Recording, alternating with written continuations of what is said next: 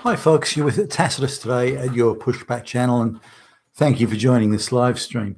In this essay, I'd like to talk about South Africa and how it came to be from one of the wealthiest nations in the world per capita to being teetering on the edge and descending into basket case status where it is today. Now, I remember back in the day, there was a lot of activism around that South Africa should be, because there are more blacks there than whites. Therefore, if everyone had the vote, blacks would be in the majority and blacks would be in control. And this was cited by, the left-wing media and really the globalists back in the day. I didn't know they were the globalist movement. I sort of just thought it was the leftist activist groups, some of the NGOs, the university kids, the usual sort of suspects there. But I remember, multicolored angry lesbians with multicolored hair screaming, how evil the white government was in South Africa. Now, we need to just go over a few of the things, I guess. Everyone was screaming apartheid, but no one knew what it meant. I remember asking people, what does apartheid mean? Hitler, but nobody knew and no one could talk about it.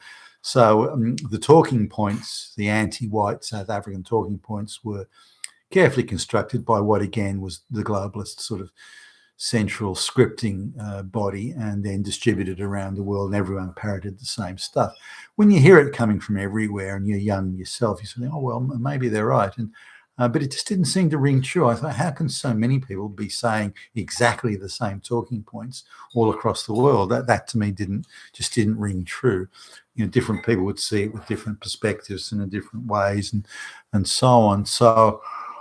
So it always seemed a bit suspect to me, given the universality of the talking points and the movement and the condemnations and so on. So, but let's just go back to, say, the end of World War II. Now, there was a lot of talk in, the communists were very much committed to dismembering and dismantling the old colonial empires, and they were running around talking about national self-determination, which is a bit rich coming from, say, the Soviet Union and China and those sort of places, given the amount of satellite countries they'd absorbed, and they were quite clearly oppressing and slapping around and so on. But nonetheless, so there was a lot of communist agitation, and they were sending out agitators. They were taking people from Africa to Moscow and training them in methods of agitation, particularly things like stirring up trade unions and that sort of stuff. But also there was direct espionage being taught as well, such as blowing up train stations and various acts of sabotage. So there was that on the communist side. On the globalist side, they again this pushing this globalist multicultural thing. That was one of the earlier examples of it, and because of the nature of the controls that the white government had, they never were going to sign on to the globalist project. It just wasn't going to happen. So accordingly, they just had to be got rid of. And the globalists determined that and worked very actively in sort of the earlier iterations of what was now the globalist empire that we see everywhere. But that was one of the earlier iterations there, and they were as keen to get rid of the white South African government as the communists were.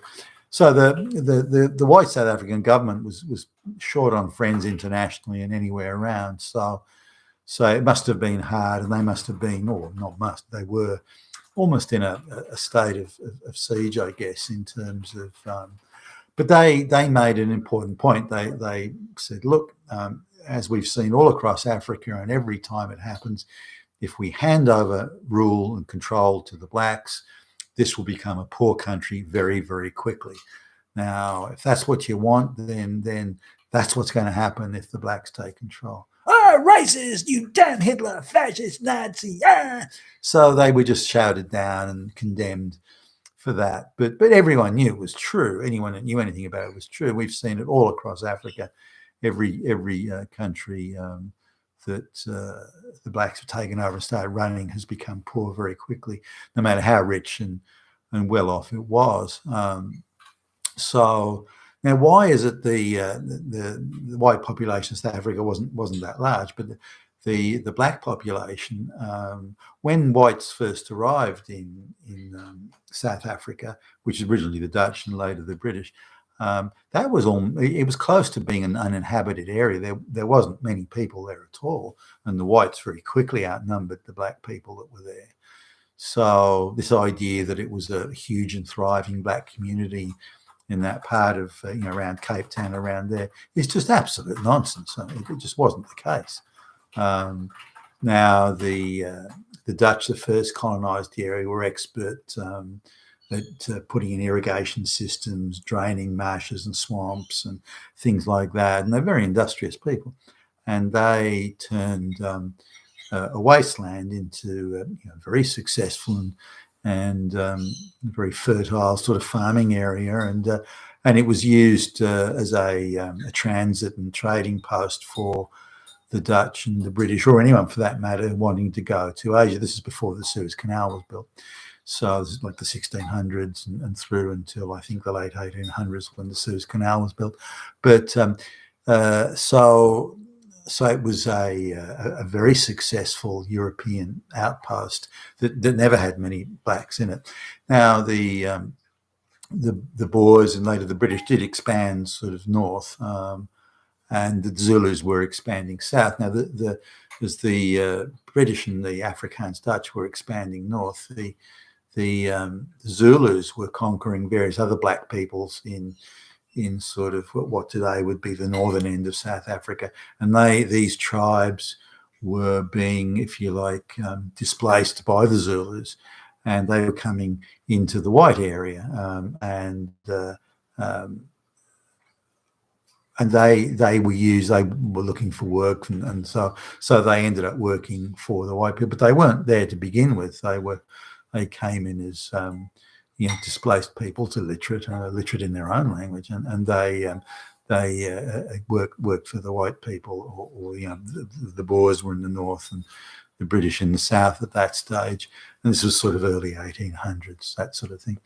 And if you can look up, if you go online, you can look up things about the Boer. That's the Dutch South Africans in the treks north out of the British zone, and there were things like the Battle of Blood River, which again, if you Google it, you'll be able to see was a battle between various Zulu factions and the Boers.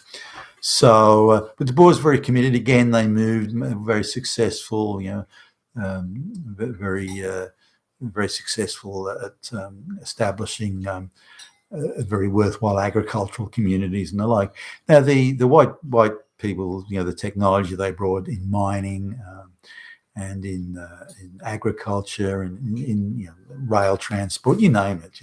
So South Africa was developed and did very well. And there's all sorts of minerals, gold and diamonds. Diamonds are famous for, and of course vast amounts of agricultural produce as well. So it was a rich and fertile, very successful community. Very high quality education and all the things that you need. In independent courts of law, that sort of thing. All the things you need to have a successful society and a wealthy society was there. Now the blacks had come in from displaced by the Zulus, and as South Africa became a wealthier country, particularly after the 1940s, and South Africa was surrounded by dirt poor basket case countries. I mean, some of these countries had an annual average income of like $50 a year. So that gives you an idea of how poor those countries bordering South Africa on the north were. And so, millions of people from those countries thought, gee, they're doing all right in South Africa. So millions of blacks came into South Africa, again, looking for work and wanting a piece of this white man's bounty, a bounty that didn't exist before the white man arrived. So they came in. And of course, with all these millions coming in, they started to handsomely outnumber the whites. And it was at that point that the communist agitation and all these things, and well, look at all these black people here, they should have the right to vote, and they should, they're the majority, so they should be in control. But it wasn't always that way. It was a relatively recent phenomenon, all those black people being in South Africa. Now the whites quite reasonably, the Boers, I think in 1949, the Boers took control of the parliament from what would have been the British faction, if you will, and they looked at the situation. They could see the pushing and shoving on the international stage for black rule, or they weren't actually pushing for black rule. They were just pushing against white rule, which is probably more to the material point of things. Now, the black activists of the day, sensing that there was a mood to turn all African governments over to, or governments in Africa to turn them over to blacks, they perceived they would have a nice, cozy, free ride into, and they would be. I mean, these are people who created and never created any wealth. They've done nothing to create the wealth that's there, but they see all the wealth around them and they think, holy shit, we want a piece of that. We want those nice houses. We want those nice cars. We want caviar and champagne. We want all the stuff that the white guys have got. We want those hot blonde chicks, and so on. So they looked at it very much of, we want to get our hands on the loot, and thought it would be an easy ride. Now the Afrikaans government, of course, wasn't going to go along with anything like that, and they, again, reasonably and accurately and sensibly told the world, look, if you put the blacks in charge, they'll make an absolute mess of it, and they're corrupt, they'll steal and rob everything. There'll be black people everywhere committing crimes. There'll be riots. It'll be it'll turn the place into a basket case. Look at what's happening in all the other African countries, and of course they were right, and there was a lot of reasons why people should have stopped and taken notice. Now the Boers, the Dutch Boer sort of Afrikaans government did modify over time. Say, look, give us the time to create a real black middle class, and then that would be the time to consider black rule. But the white people were, the activists and the globalists. No, it has to be today. No. And so it went far too quickly. If the Afrikaans model had been used, it may have taken 40 or 50 years, but it would have been a smooth transition, and South Africa today would still be a rich country, which it's was rich per capita as was then, which certainly isn't today. So that's the, if you like, the background, the various parties, the positions there. Now the black activists were again, they just wanted to get their hands on the loot, and they perceived they had the moral high ground. They didn't actually want. When you look at the writings of the Nelson Mandelas and the various activists, black activists around them at the time, they still had that black view of, look at all the wealth, look at all the things you got. Why aren't you sharing it with us? If we're all brothers, why won't you share that with us? Why can't we have an equal share of what you've got? And this idea of who created the wealth and who took the risks, who put it together, that isn't, and it's not in the black mentality. And even today, you see in the United States, for example, well, you should give us reparations because we're not equal to you, and we should get freebies until we're equal. And that was very, very much the black position as well, encouraged by a lot of communist agitators.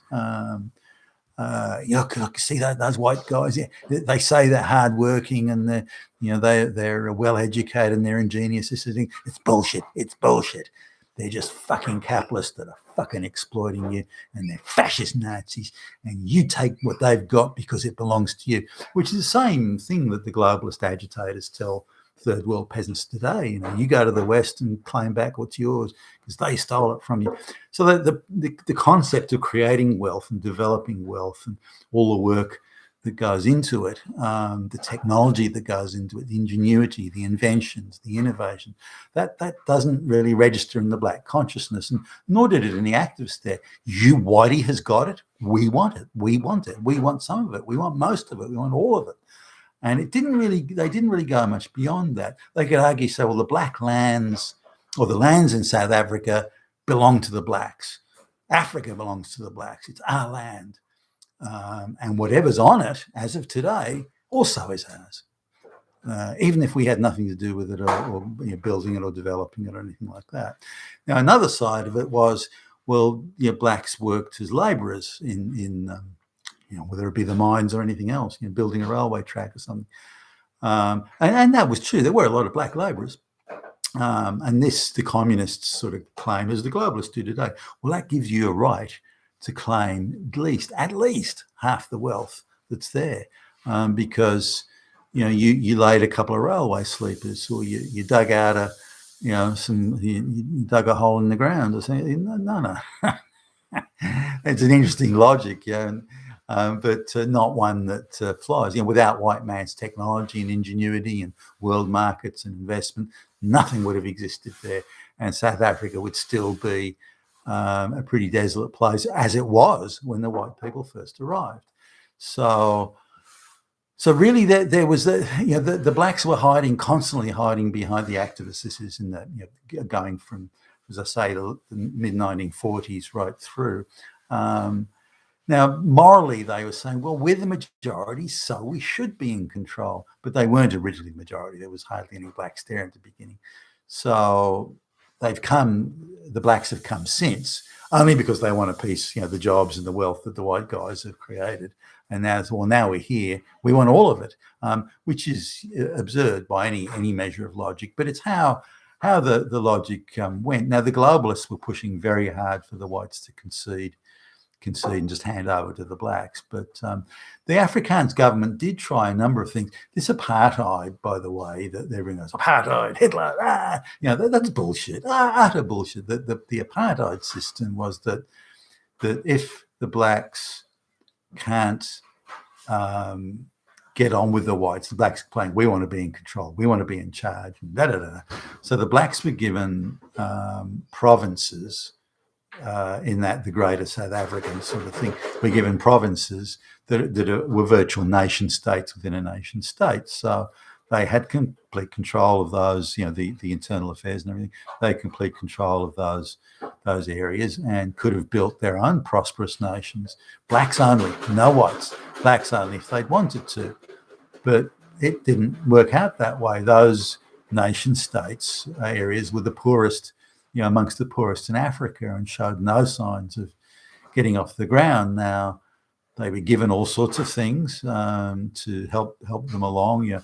NGOs, United Nations are throwing money out. There were all sorts of things going on, but they never got off the ground. It never went anywhere. So this goes to show that for anyone who's keen to look, you want to let those guys be in charge of South Africa? You've got to be kidding. And that would have been a sensible approach to take. So that the Afrikaans government said, well, if you want a separate nation for yourselves, there you go. It's yours. Off you go. You have it. It's yours.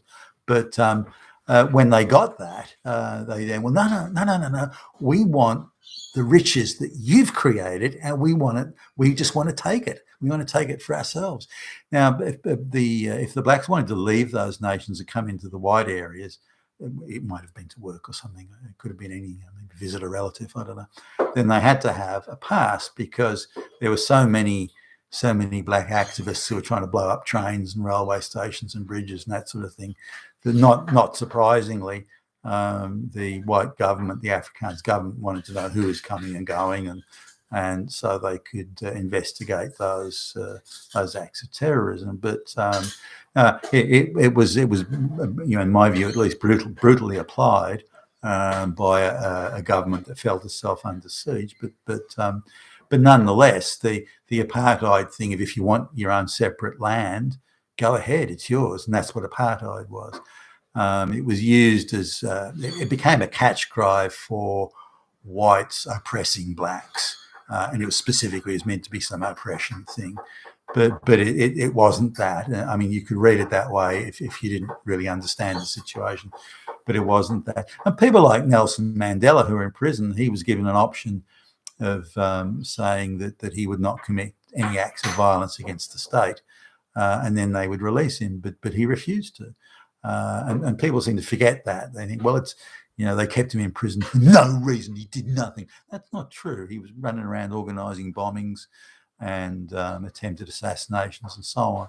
So he was certainly an on the street and very dangerous and radical activist. So this idea that he was just some innocent guy walking along was thrown in prison is nonsense, absolute nonsense.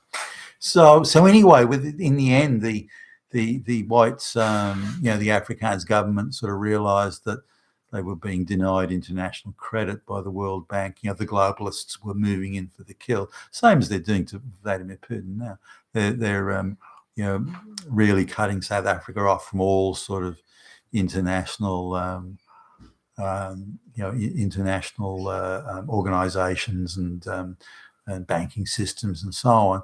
So the really the Afrikaans government had no choice but to cave, which they did.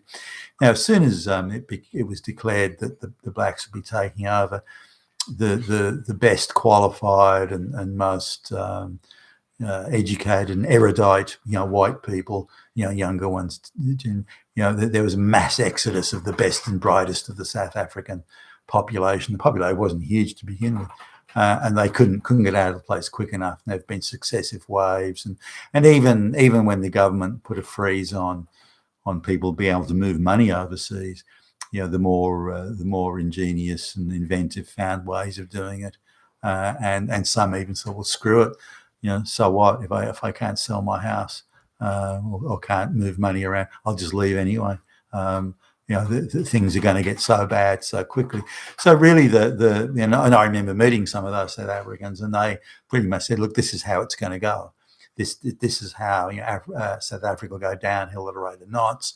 There'll be some of the highest crime in the world, which there is, and this is something." South Africa, I think, has the highest case in the world of 11-year-olds giving birth, 11-year-old girls giving birth. I think that's right. So this is something South Africa fell to pieces so quickly. And given how rich it was, I mean, they had all the infrastructure there, and a number of white administrators did stay. But they, any job that was prestigious or well paid was corruptly given to some Zulu or whatever goon, and so this sort of accelerated the downhill. So now black people are just arbitrarily stealing white people's land, and then they've got no expertise in farming or anything, and then selling it back to the white people for whatever cash they can scrounge out of them and hustle out of them. I mean, it's crazy. It's almost arbitrary law there. It's gone insane, and it's a great tragedy. But watching the decline of South Africa, the apartheid was not a bad thing. It was a reasonable response to the reality on the ground. You may not like it morally, or you may sort of think, well, apartheid means Hitler. It was a real response to the situation on the ground there. And the blacks could have made a go of their independent states, but didn't. And so now they grabbed all the white wealth and they fucked that up too. You've been with Tacitus today, your Pushback channel. Thank you for listening.